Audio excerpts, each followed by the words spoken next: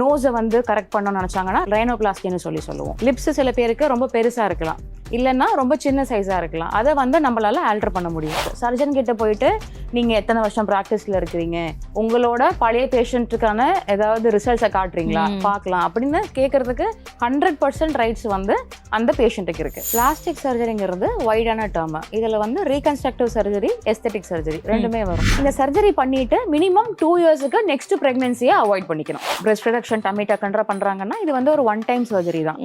அதுக்கப்புறமா அவங்களோட வெயிட் வந்து ப்ராப்பராக மெயின்டைன் பண்ணணும். சர்ஜரி பண்ணி முடிச்சுட்டு வித்தின் 2 இயர்ஸ் ஒரு 10 கிலோ 20 கிலோ போட்டாங்கன்னா கண்டிப்பாக பாடி திரும்ப பழைய ஸ்டேட்டுக்கு தான் போகும். 35+, 40+ல வந்து ரிங்கிள்ஸ் வர ஆரம்பிக்கும். அந்த ரிங்கிள்ஸ்க்கு காரணம் என்னன்னா, நம்ம ஃபேஷியல் மஸ்குலேச்சர் மூவ் ஆகுறப்ப அதோட சேர்த்து கொஞ்சம் கொஞ்சமாக ரிங்கிள்ஸ் வர ஆரம்பிக்கும் ஏஜ் ஆகும். இப்போ குளூட்டதையோன் வந்து இப்போ ஒரு மேஜிக் மெடிசன் மாதிரி ஆயிடுச்சு. எங்கே பார்த்தாலும் குளூட்டதையோனு, பார்ட்டியில் குளூட்டதையோனு, வெட்டிங்கில் குளூட்டதையோனு. நம்ம எந்த சர்ஜரி பண்ணாலுமே ஸ்கார்ஸ் இருக்கும். எங்கெல்லாம் வந்து ஸ்காரை ஹைட் பண்ண முடியுமோ we will try to hide. And liposuction surgery அப்படிங்கிற ஒரு விஷயத்த நாங்கள் கேள்விப்பட்டிருக்கோம். ஏன்னா நிறைய செலிபிரிட்டிஸ் அதை பண்ணுறாங்க.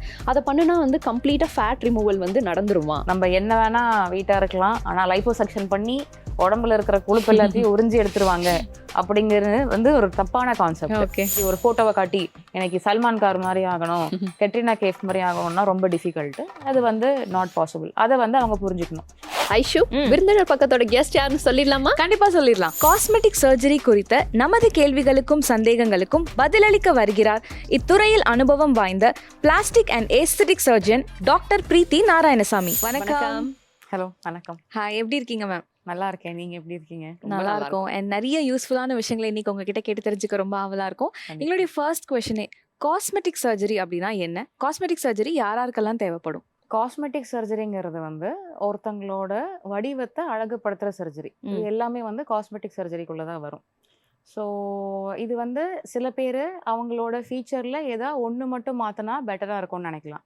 சில பேர் வந்து ஏஜிங்னால அவங்களோட தோற்றம் மாறுது, அதை வந்து ஏஜிங்க்கு முன்னாடி இருந்த மாதிரி கொண்டு போகணும்னு நினைக்கலாம். இது எல்லாமே வந்து ஸ்பெக்ட்ரம் ஆஃப் காஸ்மெட்டிக் சர்ஜரிக்குள்ளே தான் வரும். ஓகே, இது எல்லாமே வந்து ரொம்ப கஸ்டமைஸ்டாக பண்ணுற ஒரு surgery.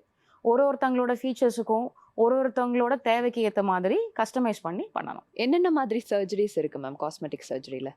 Head to toe cosmetic சர்ஜரியில் எல்லாமே பண்ணலாம். சில பேர் வந்து சில ஸ்பெசிஃபிக் ஃபீச்சர்ஸை மட்டும் மாற்றணும்னு வருவாங்க. இப்போது நோஸை வந்து கரெக்ட் பண்ணணும்னு நினச்சாங்கன்னா ரைனோபிளாஸ்டின்னு சொல்லுவோம். லிப்ஸ் சில பேருக்கு ரொம்ப பெருசாக இருக்கலாம், இல்லைன்னா ரொம்ப சின்ன சைஸாக இருக்கலாம். அதை வந்து நம்மளால ஆல்டர் பண்ண முடியும். லிப் ரிடக்ஷன் இல்லை லிப் ஆக்மெண்டேஷன் சொல்லுவோம். சில பேருக்கு பார்த்தீங்கன்னா பிறந்ததுலேருந்தே இயர் வந்து ரொம்ப ப்ராமினெண்ட்டாக தெரியும். அதை நம்ம சர்ஜரி பண்ணி கொஞ்சம் பின்னாடி போகிற மாதிரி கரெக்ட் பண்ணி வைக்கலாம். சின்ன ஜாலைன் வந்து கான்டோர்டாக வேணும்.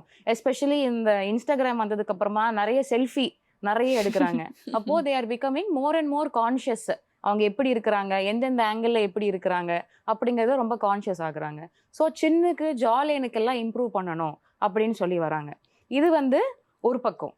இன்னொரு பக்கம் ஏஜிங் சேஞ்சஸ்னால வரதை ரிவர்ஸ் பண்ணணும்னு நினைப்பாங்க. ஸோ இது எல்லாமே காஸ்மெட்டிக்னு மட்டுமே சொல்லிட முடியாது. இப்போது ரொம்ப ஒரு 50s 60s கிராஸ் பண்ணவங்களுக்குலாம் வந்து ரொம்ப ஐப்ரோ வந்து ட்ரூப் ஆகிடும், அப்பர் ஐலிடும் ட்ரூப் ஆகிடும். அவங்க பார்க்குறதே ரொம்ப டிஃபிகல்ட் ஆகிடும். அவங்க நார்மலாக இப்படி பார்க்கவே மாட்டாங்க, கண்ணை இப்படி தூக்கி தான் அவங்களால பார்த்தே பேச முடியும். இதை அட்ரஸ் பண்ணுறதுக்கு ப்ரோ லிஃப்ட் அப்படிங்கிற சர்ஜரி இருக்குது. இங்கே சின்னதாக இன்சிஷன் கொடுத்துட்டு இந்த ப்ரோவை வந்து நம்ம லிஃப்ட் பண்ண முடியும். ஐலிடு வந்து ரொம்ப அதிகமாக தொங்கிட்டு இருக்கிற மாதிரி இருந்துச்சுன்னா பிளெஃபரோபிளாஸ்டிங்கிற சர்ஜரி சொல்லுவோம். அப்பர் ஐலிட், லோவர் ஐலிட் ரெண்டுமே அதில் கரெக்ட் பண்ண முடியும். ஆக்சுவலி ஸ்பீக்கிங் நம்ம இந்தியன்ஸ் வந்து because of ethnicity we are gifted. அவ்வளோ ஏஜிங் சேஞ்சஸ் நம்ம ஃபேஸில் தெரியாது. ஒரு 70s அந்த அப்போதான் வந்து ரொம்ப சிவியர் சாகிங் வந்து ஃபேஸ் லிஃப்ட் பண்ணுற அளவுக்கு நமக்கு தெரியும். பட் இந்த அப்ராடில் கொகேஷன் பாப்புலேஷன் பார்த்தீங்கன்னா 50ஸ்லேயே வந்து அவங்களுக்கு ரொம்ப ஃபேஸில் சேஞ்சஸ் தெரிய ஆரம்பிச்சிடும்.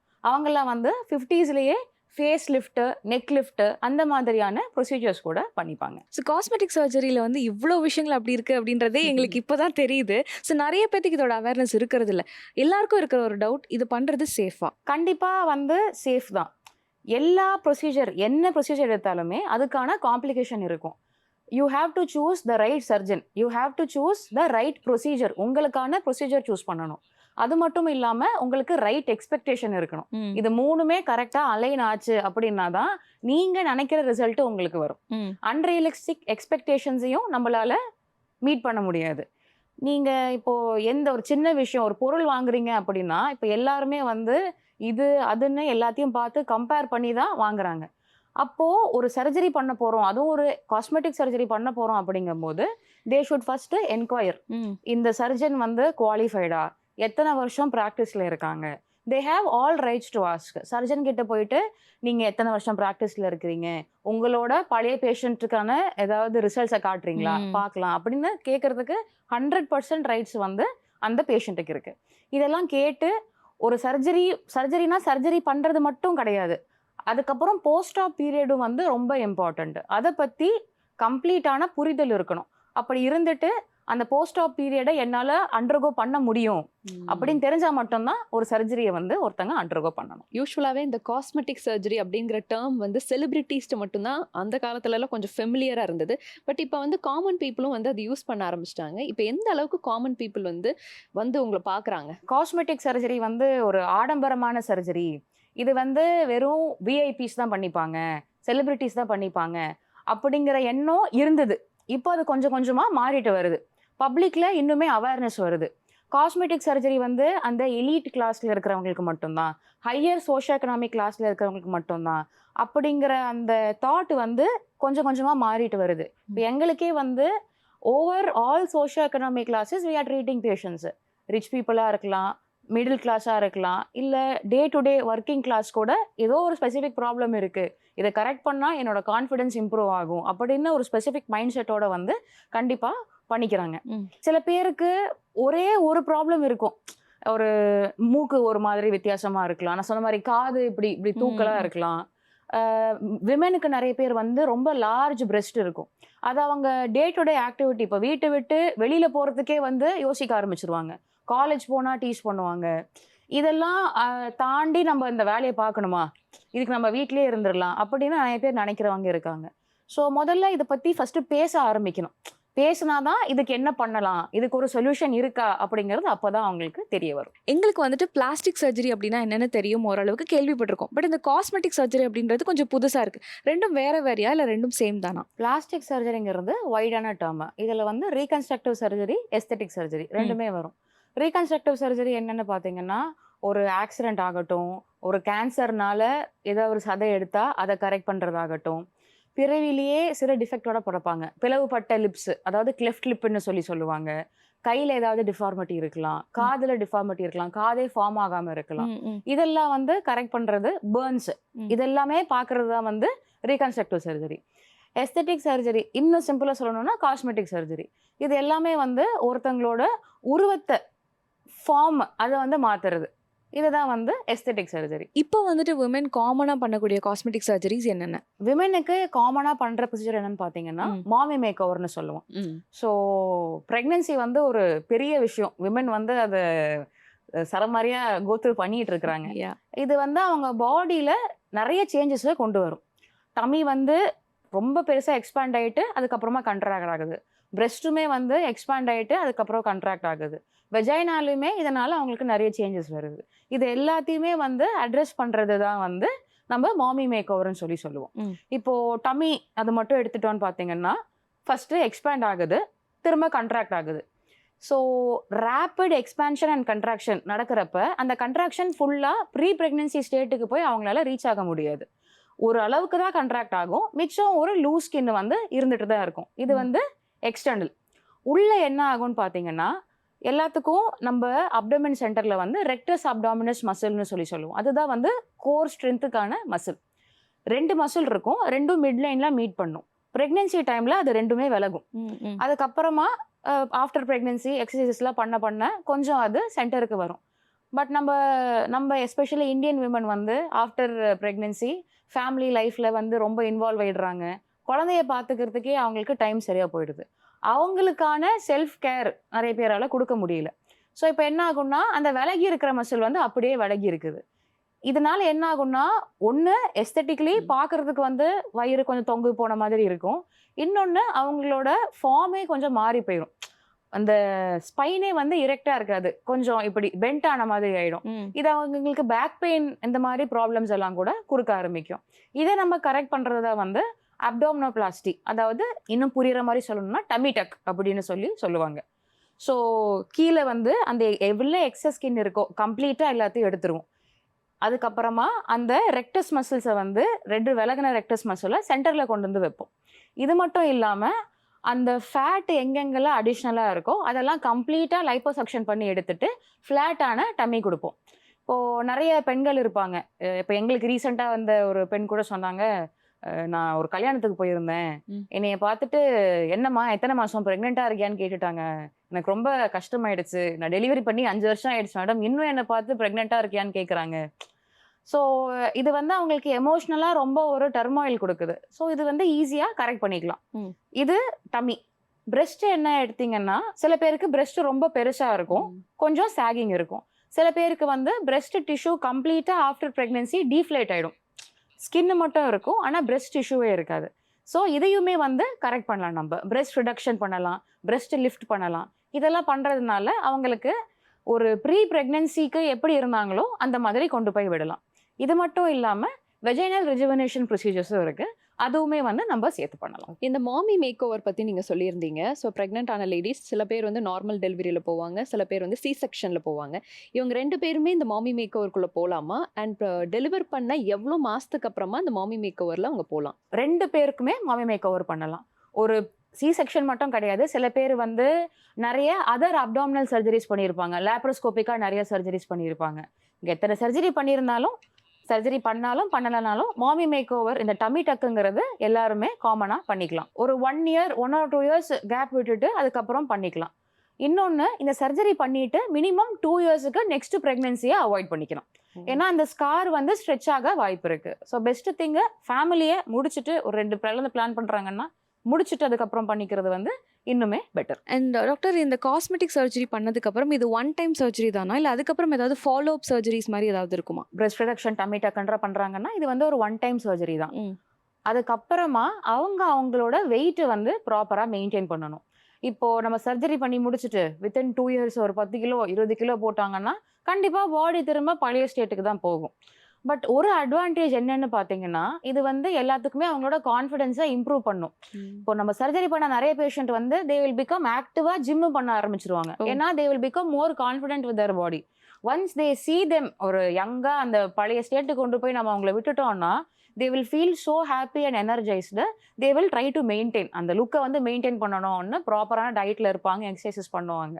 இதெல்லாம் பண்ணால் கண்டிப்பாக அந்த லுக்ஸை வந்து அவங்க மெயின்டைன் பண்ணிக்கலாம். இப்போ நிறைய பேர் வந்து லிப் ஃபில்லர்ஸ் அப்படிங்கிற ஒரு விஷயம் பண்ணுறாங்க. அண்ட் வந்து நிறைய நீங்கள் சொன்ன மாதிரி டோன்டு சின்ஸ் வேணும் அப்படிங்கிறனால பண்ணுறாங்க. இது எவ்வளோ நாள் மெயின்டைன் ஆகும் அவங்க பண்ணதுக்கு அப்புறமா? ஸோ ஃபில்லர் அப்படின்னு பார்த்தீங்கன்னா இப்போ வந்து ஹையர்லானிக் ஆசிட் ஃபில்லர்ஸ் தான் எல்லாருமே யூஸ் பண்ணுறோம். It is a safe filler.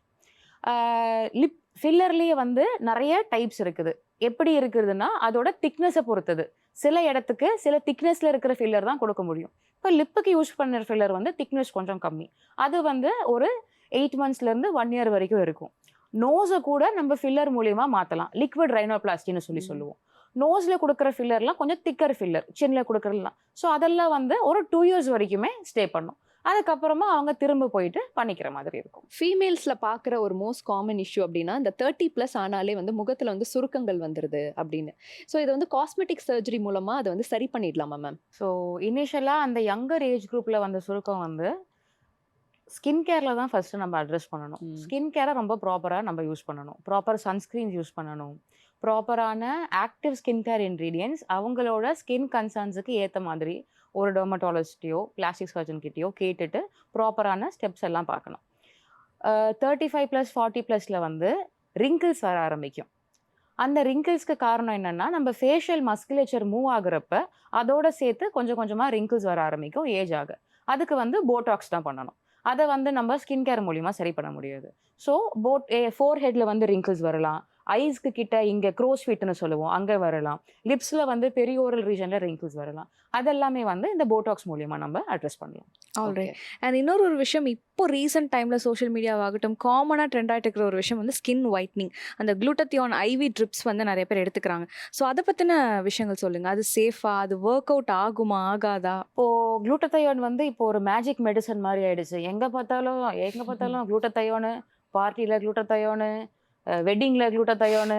அது வந்து ஒரு மெடிசன். அது ஒரு மெடிசனாக தான் ஃபஸ்ட்டு ட்ரீட் பண்ண ஆரம்பிக்கணும். அது ஒரு பார்ட்டி ட்ரக்கு அந்த மாதிரிலாம் கிடையாது. குளுட்டத்தையான் வந்து it's a very potent antioxidant. லிவருக்கு ரொம்ப நல்லது, அதுக்கு தான் கொடுக்க ஆரம்பிக்கிறோம்.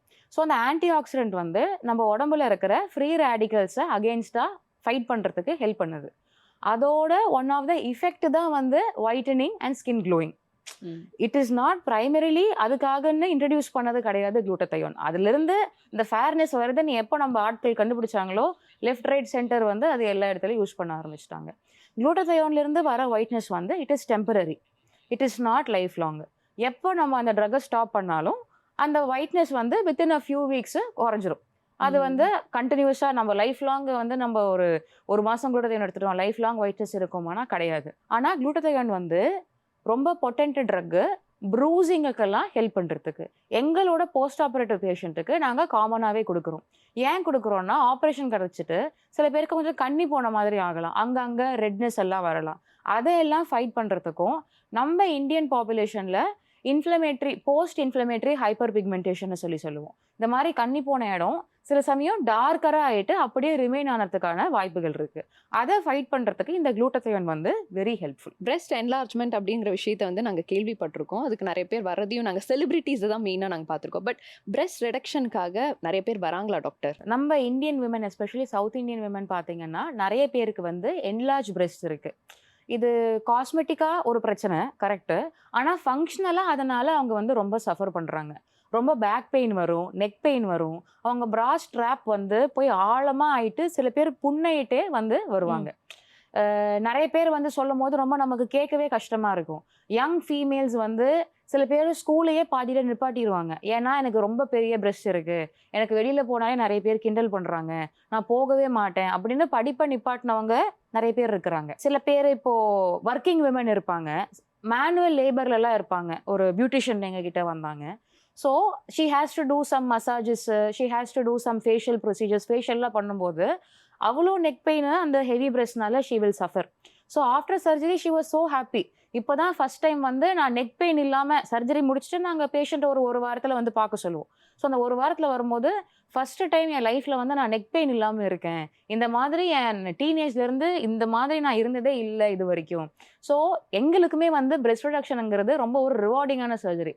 சர்ஜரி முடிச்ச உடனே பேஷண்ட்டுக்கிட்ட we will directly able to see அவங்க எவ்வளோ வந்து ஹாப்பியாக இருக்காங்க, அவங்களுக்கு எவ்வளோ ரிலீஃபாக இருக்குது அப்படிங்கிறத நம்மளால் பார்க்க முடியும். பிரெஸ்ட் ரிடக்ஷன் அப்படின்னு நீங்கள் சொல்லும் போது டாக்டர் டேரெக்டாக வந்து ஃபஸ்ட்டு எடுத்த உடனே சர்ஜரி தான் நீங்கள் வந்து ப்ரிஸ்கிரைப் பண்ணுவீங்களா, இல்லை இந்த மாதிரி ஒர்க் அவுட்ஸ் நீங்கள் வந்து ஃபாலோ பண்ணுங்க, இல்லை அந்த மாதிரி ப்ரிஸ்கிரிப்ஷனும் கொடுப்பீங்களா? ஸோ பிரெஸ்ட்டில் வந்து 2 விதமான சதை இருக்கும். ஒன்று ஃபேட் இருக்கும், இன்னொன்று வந்து பிரெஸ்ட் டிஷ்யூ கிளாண்டுலர் டிஷ்யூ இருக்கும். ஸோ நம்ம டயட் பண்ணுறாங்க, எக்ஸசைஸ் பண்ணுறாங்க, வெயிட்டு குறையுதுன்னா அந்த ஃபேட்டு மட்டும்தான் குறையுமே தவிர்த்து அந்த பிரெஸ்ட் கிளாண்டுலர் டிஷ்யூ குறையாது. இந்த மாதிரி என்லார்ஜ் பிரெஸ்ட் இருக்கிறவங்களுக்கு அந்த கிளாண்டுலர் டிஷ்யூ தான் ஜாஸ்தியாக இருக்கும். ஸோ அதை டயட்டிங் மூலியமாவோ எக்ஸசைஸ் மூலியமாவோ குறைக்கிறது வந்து ரொம்ப டிஃபிகல்ட். அப்படியே குறைஞ்சாலும் அந்த பிரெஸ்ட் வந்து சாகிங் அப்பியரன்ஸ் தான் இருக்கும், லிஃப்டடாக எதிர்பார்க்குற மாதிரி இருக்காது. இந்த பிரெஸ்ட் ரிடக்ஷன் சர்ஜரி பண்ணும்போது இது ஸ்கார்ஸ் இல்லாமல் பண்ண முடியுமா? அது எந்த அளவுக்கு பாசிபிள்? நம்ம எந்த சர்ஜரி பண்ணாலுமே ஸ்கார்ஸ் இருக்கும். நம்ம ஸ்கின்னை ஏதோ ஒரு இடத்துல அடிபட்டுச்சு, டெர்மிஸை வந்து நம்ம எங்கேயோ ஒரு இடத்துல வந்து வைலேட் பண்ணுறோம் அப்படின்னா கண்டிப்பாக அதுக்கான ஸ்கார் வரும். ஆஸ் பிளாஸ்டிக் சர்ஜன்ஸ் நம்ம என்ன பண்ணுவோம்னா கொடுக்கறதுலே best scar we will try to give. எங்கெல்லாம் வந்து ஸ்காரை ஹைட் பண்ண முடியுமோ we will try to hide. எங்கே ஸ்கார் ஆப்வியஸாக விசிபிளாக இருக்குமோ அதை வந்து மேக்ஸிமம் எவ்வளோ கம்மி பண்ண முடியும் will try to do. Scars கண்டிப்பாக இருக்கும் பிரெஸ்ட் ரிடக்ஷன் கழிச்சு. பட் ஆனால் அவ்வளோ பெரிய பிரெஸ்ட்டை வச்சுட்டு ஒருத்தங்க சஃபர் பண்ணிட்டு இருக்கிறதுக்கு ரேதர் அந்த ஸ்காரை எடுத்துட்டு அவங்க கம்ஃபர்டபுளாக லைஃப்பை வாழ ஆரம்பிக்கலாம். ஸோ இது எல்லாமே மோஸ்ட் காமனாக நம்ம விமெனில் பேசுகிறோம். பட் இதே மாதிரி காஸ்மெட்டிக் சர்ஜரி மென்னுக்கும் இருக்கா? மென்னுக்கு எந்த விதமான காஸ்மெட்டிக் சர்ஜரிஸ் எல்லாம் இருக்குது? இப்போது மோஸ்ட் காமன் மென் எதுக்கு காஸ்மெட்டிக் சர்ஜரிக்கு வராங்கன்னா கைனகோமாஸ்டியா அப்படின்னு சொல்லுவோம். கைனகோமாஸ்டியானா என்னென்னு பார்த்தீங்கன்னா மார்பக சதை வந்து கொஞ்சம் பெருசா இருக்கும். மென் யூஸ்வலா வந்து ஃபிளாட் செஸ்டடா இருக்கணும், அந்த மசில் பில்டு வந்து எக்ஸ்பெக்ட் பண்ணுவாங்க. பட் அது ஃபிளாட்டா இருக்கணுங்கிறது அவங்க எக்ஸ்பெக்டேஷன். பட் இப்போ நிறைய அன்ஹெல்தி லைஃப் ஸ்டைலு, செடென்ட்ரியா இருக்கிறது, எக்ஸசைஸ் எல்லாம் பண்ணாம இருக்கிறது, ஹார்மோனல் சேஞ்சஸ், இதனாலலாம் வந்து மென்னுக்குமே நிறைய பிரெஸ்ட் டிஷ்யூ வந்து டெவலப் ஆக ஆரம்பிக்குது. இது அவங்க கான்ஃபிடென்ஸை வந்து ரொம்பவே அஃபெக்ட் பண்ண ஆரம்பிச்சிடும். ரீசெண்டாக ஒருத்தவங்க வந்து வந்தாங்க. அவங்க வந்து ஒரு ஃபுட் டெலிவரி ஆப்பில் வந்து வேலை பார்க்குற ஒரு பர்சன். அவர் அவர் அவர் வந்து எங்ககிட்ட சர்ஜரிக்கு வராரு, காட்டுறாரு.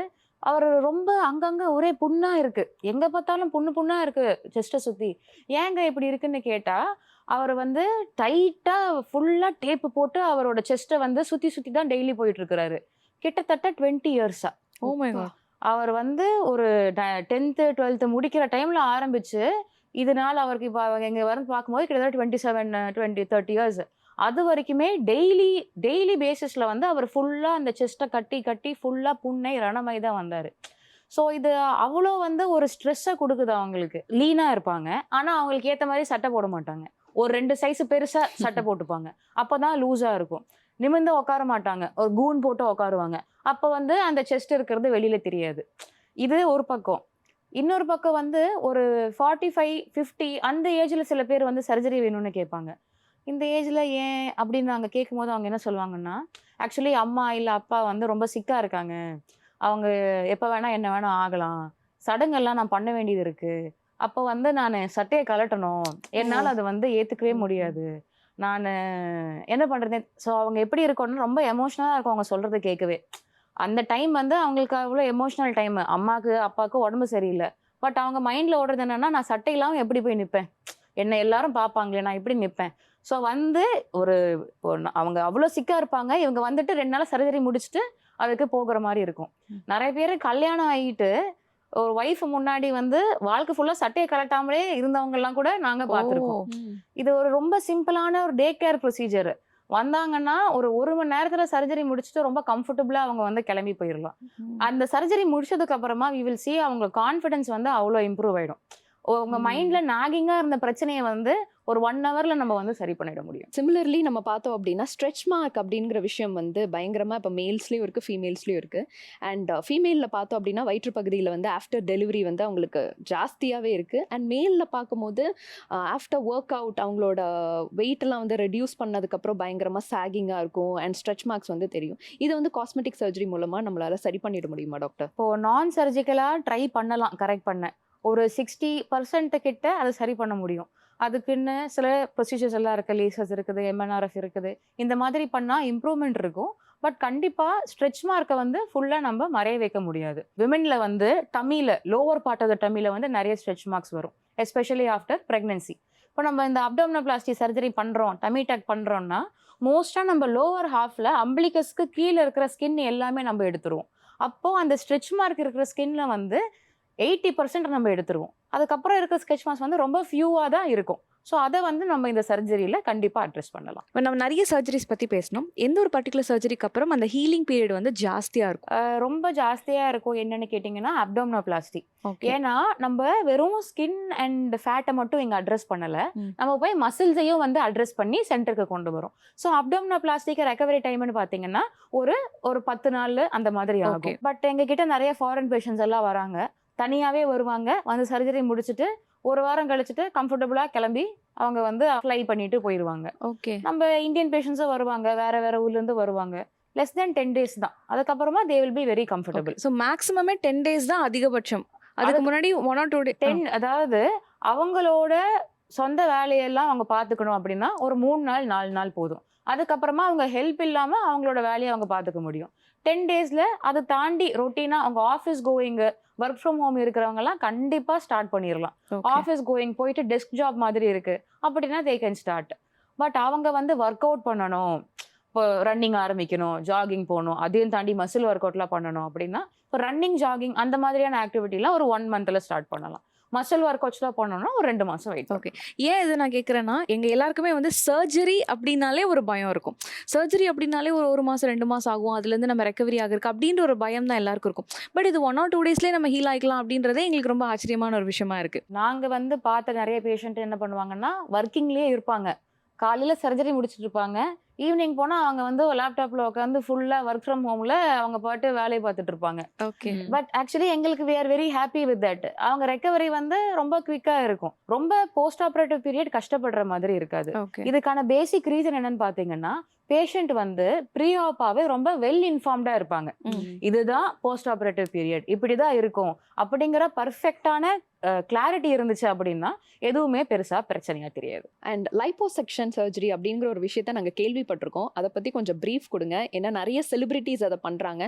அதை பண்ணுனா வந்து கம்ப்ளீட்டாக ஃபேட் ரிமூவல் வந்து நடந்துருமா? இப்போ நம்ம என்ன வேணா வெயிட்டா இருக்கலாம், ஆனா லைப்போசெக்ஷன் பண்ணி உடம்புல இருக்கிற கொழுப்பு எல்லாத்தையும் உறிஞ்சி எடுத்துருவாங்க அப்படிங்கிறது வந்து ஒரு தப்பான கான்செப்ட். ஓகே. ஸோ வெயிட்டை குறைக்கணும்னா ஃபர்ஸ்ட் டயட் அண்ட் எக்ஸசைசஸ் பண்ணணும். சில பார்ட் ஆஃப் த பாடியில் வந்து என்னதான் டயட் பண்ணாலும் எக்ஸசைஸ் பண்ணாலும் ரெசிஸ்டண்ட்டான ஃபேட் இருக்கும். விமெனுக்கு வந்து தைல இந்த வெளிப்பக்கம் இருக்கும், மென்னுக்கு வந்து டமியில் கொஞ்சம் இருக்கும், சைடில் வந்து கொஞ்சம் ஃப்ளாங்க்னு சொல்லுவோம், அந்த ஏரியாலலாம் கொஞ்சம் ஃபேட் வந்து அக்குமுலேட்டடாகவே இருக்கும். அவங்க என்ன பண்ணாலும் அந்த இடத்துல மட்டும் ஃபேட் அப்படியே இருக்கும். இந்த மாதிரியான ஸ்பெசிஃபிக் ஏரியாவில் இருக்கிற ஃபேட் மட்டும் நம்ம லைப்போசெக்ஷன் பண்ணி கண்டிப்பாக எடுக்கலாம். ஸோ இந்த மாதிரி சர்ஜரிஸ்க்கு நீங்கள் யூஸ் பண்ணக்கூடிய எக்யூப்மெண்ட்ஸ் எல்லாம் எந்த மாதிரி மேம் இருக்கும்? ஸோ லைப்போசெக்ஷன் பார்த்தீங்கன்னா நார்மல் வால் செக்ஷன் சொல்லி சொல்லுவோம். அதாவது எந்த ஹாஸ்பிட்டல் போனாலுமே ஒரு உரியிற மாதிரியான ஒரு மிஷின் இருக்கும். அதை வச்சு அதுதான் பேசிக், அதை வச்சு கூட பண்ணலாம். அதை விட அட்வான்ஸ்டா இருக்கிறது வந்து அடுத்தது பவர் அசிஸ்டடா பண்றது, அது வந்து அதை விட அட்வான்ஸ்டு. இன்னும் நம்மளுக்கு வந்து ஹை டெஃபினிஷன் லைப்போசெக்ஷன் சொல்லுவாங்க. அதாவது இப்போ நம்ம 6 பேக் மாதிரியானதை கிரியேட் பண்ணணும், ஒரு மாடல் மாதிரியான ஒரு டம்மி கிரியேட் பண்ணணும்னா அதுக்கு நமக்கு வேசர் அந்த மாதிரி இன்ஸ்ட்ருமெண்ட் எல்லாம் வேணும். அதாவது அல்ட்ராசவுண்ட் எனர்ஜி. இப்போ நம்ம வெறும் இந்த லைப்போசெக்ஷன் மட்டும் வச்சுட்டு அந்த மாதிரி பண்ணோம்னா நம்ம நிறைய டிஷ்யூக்கு டேமேஜ் உண்டாக்குவோம். இந்த மாதிரி வேசர் யூஸ் பண்ணும்போது அந்த டிஷ்யூ டேமேஜை குறைச்சு நமக்கு என்ன மாதிரி ரிசல்ட் வேணுமோ அந்த ரிசல்ட்டை வந்து நம்மளால அச்சீவ் பண்ண முடியும். நிறைய பேஷண்ட்ஸ் வந்து இந்த மாதிரி ஆர்டிஸ்டோட ஆக்ட்ரஸ் ஃபோட்டோலாம் காமிச்சு எனக்கு இவங்கள மாதிரியே பண்ணி கொடுங்க, இவங்கள மாதிரி நான் ஆகணும்னு சொல்லிட்டு வருவாங்க. ஆக்சுவலாக உங்ககிட்ட எப்படி ரியாலிட்டி எடுத்து புரிய வைப்பீங்க? எனி ஆக்டர் நீங்கள் எடுத்தீங்கன்னா அவங்க ஏதாவது பண்ணியிருக்கலாம், என்ன வேணா அவங்க பண்ணியிருக்கலாம். பட் அவங்க பண்ணது எல்லாமே அவங்க ஃபேஸுக்கு சூட் ஆகிற மாதிரி தான் இருக்கும். அவங்க போயிட்டு எனக்கு இந்த மாதிரி பண்ணி கொடுங்கன்னு கேட்டிருக்க மாட்டாங்க. என் ஃபேஸுக்கு எது பெஸ்ட் வேணும் அப்படின்னு தான் கேட்பாங்க. அவங்களுக்கு பண்ணவங்களும் வந்து இவங்க ஃபேஸோட ஃபீச்சர்ஸை என்ன நம்ம வெளியில கொண்டு வந்தா கேமரால அவங்க நல்லா தெரிவாங்க, பார்க்க நல்லா இருப்பாங்கன்னு அதை மட்டும் தான் பண்ணியிருப்பாங்க. ஸோ ஃபர்ஸ்ட் பேஷண்ட் கிட்ட நம்ம அதுதான் சொல்லி புரிய வைப்போம். காஸ்மெட்டிக் சர்ஜரிங்கிறது it's not one thing fits all. Face தான் வந்து ஒருத்தவங்களோட ஐடென்டிட்டியே. நம்ம ஒரே மாதிரி எல்லாத்துக்கும் பண்ணி எல்லாத்தையும் ஒரே மாதிரி ஆக்கி வைக்க முடியாது. அவங்கவுங்களோட இண்டிவிஜுவல் கேரக்டர்ஸை நம்ம கண்டிப்பாக மெயின்டைன் பண்ணணும். ஒருத்தங்களுக்கு எது சூட்டபுளாக இருக்குமோ, அவங்க ஃபேஸில் எது பெஸ்ட் ஃபீச்சர், இதை கரெக்ட் பண்ணால் அவங்க ஃபேஸ் எப்படி அழகாகும், அதை நம்ம புரிய வச்சு பண்ணால் கண்டிப்பாக அவங்க வந்து புரிஞ்சுப்பாங்க. டாக்டர், இந்த ரீஜெனரேட்டிவ் மெடிசன்ஸ்னா என்ன? லேட்டஸ்ட்டாக மார்க்கெட்டில் வந்துருக்கிறது வந்து ரீஜெனரேட்டிவ் மெடிசன் சொல்லுவோம். இது என்னன்னா இதில் நிறைய இருக்குது. எக்ஸோசோம்ஸுங்கிறது இருக்குது, அதுக்கடுத்து பிடிஆர்னுங்கிறது இருக்குது. இது எல்லாமே என்ன பண்ணணும்னா பேசிக்காக இது வந்து செல் சிக்னல்ஸ், செல்ஸ் கிடையாது. பட் எவ்ரி செல்லு ஒன்றுத்துக்கு ஒன்று கம்யூனிகேட் பண்ணுறதுக்கான சில சிக்னல்ஸ் இருக்குது. இப்போ நம்ம இந்த சிக்னல்ஸையே எக்ஸ்ட்ராக்ட் பண்ணி டைரெக்டாக நம்ம கொடுக்கும்போது அதுக்கு என்ன ஆக்ஷனோ பண்ணும். ஸோ இப்போ ஹேர் க்ரோத்துக்கு அது ஹெல்ப் பண்ணுது, ஃபேஸில் வந்து ஒரு க்ளோ வரதுக்கு ஹெல்ப் பண்ணுது. இந்த மாதிரி நிறைய விஷயம் இருக்குது. இது வந்து நம்ம மைக்ரோ நீட்லிங் பண்ணி போட்டுக்கலாம். ஸோ டாக்டர், இந்த பிரெஸ்ட் என்லார்ஜ்மெண்ட் வந்துட்டு பாசிபிளா? கண்டிப்பாக பாசிபிள். நிறைய பேர் வந்து பிரெஸ்ட் ரொம்ப சின்னதாக இருக்குது, ஃப்ளாட் செஸ்டடாக இருக்கும்னு சொல்லிட்டு ரொம்ப ஃபீல் பண்ணுவாங்க. அதே அவங்களுக்கு கான்ஃபிடென்ஸை வந்து ரொம்ப குறைச்சிரும். எஸ்பெஷலி இப்போ நம்ம சாரியெல்லாம் போடும்போது நிறைய ஃப்ளாட் செஸ்ட் இருந்தால் they will feel very uncomfortable. அவங்களுக்குலாம் வந்து கண்டிப்பாக பிரெஸ்ட் என்லார்ஜ் பண்ணலாம். 2 விதமாக பண்ணலாம். ஃபேட்டை யூஸ் பண்ணியும் பண்ணலாம், பட் இம்ப்ளான்ட் யூஸ் பண்ணியும் பண்ணலாம். ஃபேட்டில் வந்து ஓரளவுக்கு கொஞ்சம் தான் வந்து பிரெஸ்ட் என்லார்ஜ் பண்ண முடியும். நல்லாவே பிரெஸ்ட் என்லார்ஜ் பண்ணணும் அப்படின்னு நினச்சாங்கன்னா இம்ப்ளான்ட் யூஸ் பண்ணணும். சிலிகான் இம்ப்ளான்ட்னு சொல்லுவோம். ரொம்ப வருஷமாக எல்லாரும் யூஸ் பண்ணுறது தான். ஸோ அந்த மாதிரியான இம்ப்ளான்ட்டை வந்து நம்ம யூஸ் பண்ணி பிரெஸ்ட் என்லார்ஜ் பண்ணலாம். ஸோ இந்த மாதிரி இந்த இம்ப்ளான்ட்ஸ் யூஸ் பண்ணுறது வந்து அது எவ்வளோ வருஷத்துக்கு இருக்கும்? யூஸ்வலாக அக்கார்டிங் டு தெம் ஒரு 10 to 15 years வரைக்கும் இருக்கும்னு சொல்கிறாங்க. But we have had patients 25-30 years கூட ரொம்ப கம்ஃபர்டபுளாக யூஸ் பண்ண பேஷன்ஸ் எல்லாம் இருக்காங்க. ஸோ இந்த மாதிரி சர்ஜரிஸ் பண்ணதுக்கப்புறம் விமன் வந்து மதர்ஹுட் அப்படின்ற ஒரு ஃபேஸுக்கு போவாங்க. அதுக்கப்புறம் இந்த மாதிரி சர்ஜரிஸ் என்லார்ஜ்மெண்ட் பண்ணதுக்கப்புறம் பிரெஸ்ட் ஃபீடிங் பண்ணலாமா? இப்போது பிரெஸ்ட் இம்ப்ளான்ட் நம்ம எங்கே வைக்க போகிறோம்னு பார்த்தீங்கன்னா, நம்ம ஒரு 4 centimeters தான் இன்சிஷன் வரும். நம்ம ப்ரா ஸ்ட்ராப் எங்கே இருக்கோ அங்கே ஒரு சின்ன இன்சிஷன், அது வழியாக போயிட்டு பிரெஸ்ட் டிஷ்யூக்கு அடியில் அங்கே தான் வந்து நம்ம இந்த இம்ப்ளான்ட்டை வைக்க போகிறோம். ஸோ பிரெஸ்ட்டுக்கு பால் சுரக்கிறது வந்து லாக்டிஃபரஸ் டக்ட்னு சொல்லுவோம். அந்த கிளாண்ட்ல இருந்து தான் வருது. அந்த கிளாண்ட் எதையுமே வந்து நம்ம இந்த பிரெஸ்ட் இம்ப்ளான்ட்ல டிஸ்டர்ப் பண்றது கிடையாது. ஸோ மில்க் செக்ரீஷன்ல வந்து பிரெஸ்ட் இம்ப்ளான்ட் பண்ணா எந்த ஒரு பிரச்சனையும் இருக்காது. அண்ட் டாக்டர், இந்த ஃபில்லர்ஸ் பொட்டாக்ஸ் பற்றி நம்ம பேசினோம். அது வந்து ஒன்ஸ் மட்டும் எடுத்தால் போதுமா, இல்லை எடுத்துட்டு விட்டதுக்கப்புறம் மறுபடியும் ஸ்கின் சேக் ஆக ஆரம்பிச்சிருமா, இல்லை அது எடுத்துக்கிட்டே இருக்கணுமா ஃப்ரீக்வெண்ட்டாக? இப்போ போட்டாக்ஸ்னு பார்த்தீங்கன்னா அது வந்து ஒரு 6 to 8 months இருக்கும். எந்த ஏரியாவில் கொடுக்குறோம், பேஷண்ட் வந்து எவ்வளோ ஆக்டிவாக இருக்கிறாங்க அப்படிங்கிறத பொறுத்தது. ஸோ 6 to 8 months கழிச்சிட்டு நம்ம திருப்ப பண்ணுற மாதிரி தான் இருக்கும் ரிங்கிள்ஸை பொறுத்த வரைக்கும். ஃபில்லர்ஸ்ன்னு பார்த்தீங்கன்னா நான் ஆல்ரெடி சொன்ன மாதிரி தான். அந்த ஃபில்லரோட திக்னஸ் எவ்வளோ இருக்குது, எந்த இடத்துல ஃபில்லர் கொடுக்குறோம் அப்படிங்கிறத பொறுத்து 1 வருஷத்துலேருந்து 2 வருஷம் வரைக்கும் அந்த ஃபில்லர் வந்து இருக்கும். அதுக்கப்புறமா நம்ம திரும்ப கொடுக்குற மாதிரி வரும். இந்த ரைனோபிளாஸ்டி அப்படிங்கிற விஷயத்தை பற்றி நம்ம பேசணும் டாக்டர். அழகை தாண்டி ரைனோபிளாஸ்டி வந்து வேற எதுக்காக யூஸ் ஆகும்? ரைனோபிளாஸ்டிங்கிறது அழகுக்காக மட்டும் பண்ணுறது கிடையாது. நிறைய பேருக்கு வந்து டீவியேட்டட் நேசல் செப்டம் அப்படின்னு சொல்றது இருக்கும். அதாவது மூக்கு தண்டே வந்து வளைஞ்சிருக்கும். அப்படி இருக்கிறவங்களுக்கு பிரீத்திங்கே ரொம்ப டிஃபிகல்ட்டா இருக்கும். அவங்களுக்கெல்லாம் இது வந்து பிரீத்திங்கையும் கண்டிப்பா இம்ப்ரூவ் பண்ணி கொடுக்கும். சில பேருக்கு வந்து குரூக்கெட் நோஸ் இருக்கும். அதை வந்து நம்ம ரைனோபிளாஸ்டி மூலியமா கரெக்ட் பண்ணலாம். சில பேருக்கு வந்து ரொம்ப பல்ஜ்டா இருக்கும், ப்ராடா இருக்கும் இந்த டிப்பு. எஸ்பெஷலி நம்ம சவுத் இண்டியன்ஸ்க்கு வந்து இதை நம்ம ரொம்ப காமனா பார்க்க முடியும். அதை வந்து நம்ம குறைச்சி கொடுக்கலாம். இங்க சில பேருக்கு ஒரு ஹம்ப் மாதிரி இருக்கும், அதை வந்து நம்ம சரி பண்ணலாம். ரொம்ப ஃபிளாட்டா இருக்கும் சில பேரோட நோசஸ், அதையும் வந்து நம்ம அந்த ஹைட்டை இன்க்ரீஸ் பண்ணி கொடுத்துட்டு அவங்க ஃபேஸுக்கு ஒரு பெட்டர் டெஃபினிஷன் கொடுக்கலாம். இந்த காஸ்மெட்டிக் சர்ஜரி வந்து எந்த ஏஜ்ல இருந்து அவங்க பண்ணலாம்? மேஜர் ஆனதுக்கு அப்புறமா பண்ணலாம். பட் அதுதானே கிடையாது. நான் ஆல்ரெடி சொன்ன மாதிரி கைனகோமாஸ்டியா ஒரு பேஷண்ட்டே வந்து 9th படிக்கிற பையன் வந்து ஒரு 6 மாசமா ஸ்கூலுக்கே போகல. என்னன்னு கேட்டா ரீசனே சொல்ல மாட்டேங்கிறாங்க.